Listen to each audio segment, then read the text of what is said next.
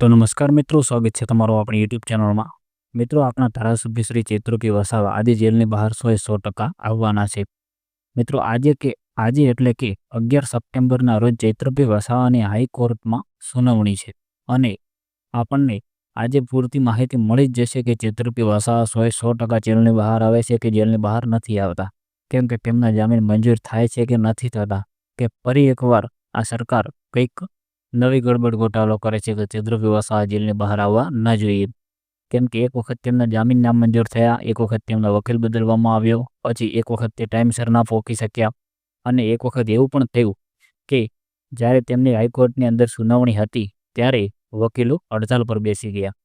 તો મિત્રો, આ તમને શું લાગે છે કે ષડયંત્ર છે કે પછી જે ઓટોમેટિકલી આ તેમને બનાવ બની જાય છે? તો મિત્રો, આવું બધું લોકોનું કહેવું છે કે આ ષડયંત્ર છે। તેના વિશે મિત્રો તમને શું લાગે છે કે ચૈત્રભાઈ વસાવાને જાણી જોઈને ફસાવવામાં આવ્યા છે કે પછી એવું કંઈ પણ નથી? તે તમે જરૂર કોમેન્ટ કરજો અને તમે કંઈ પણ કોમેન્ટ તો કરતા જ નથી, એટલે આ ખાસ તમે કોમેન્ટ કરજો। અને જો તમે આપણી ચેનલની અંદર નવા આવ્યા હો તો ચેનલને સબસ્ક્રાઈબ કરી દેજો અને વિડીયોને લાઈક કરી દેજો। અને તમે કોને સપોર્ટ કરો છો, ચૈત્રભાઈ વસાવાને કે પછી સંજય વસાવાને, એ જરૂર કોમેન્ટ કરી દેજો।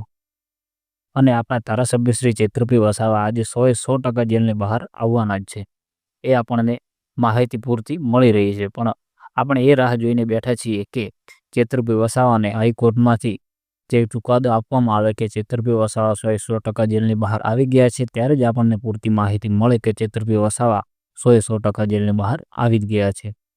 તો મિત્રો, આપણા વિડીયો જો તમને જરાય પણ સારા લાગતા હોય તો વિડીયોનો લાઇક અને ચેનલને સબસ્ક્રાઈબ કરવાનું બિલકુલ ભૂલતા નહીં, જેનાથી તમને ચૈત્રભાઈ વસાવાની પૂરતી માહિતી મળતી રહે।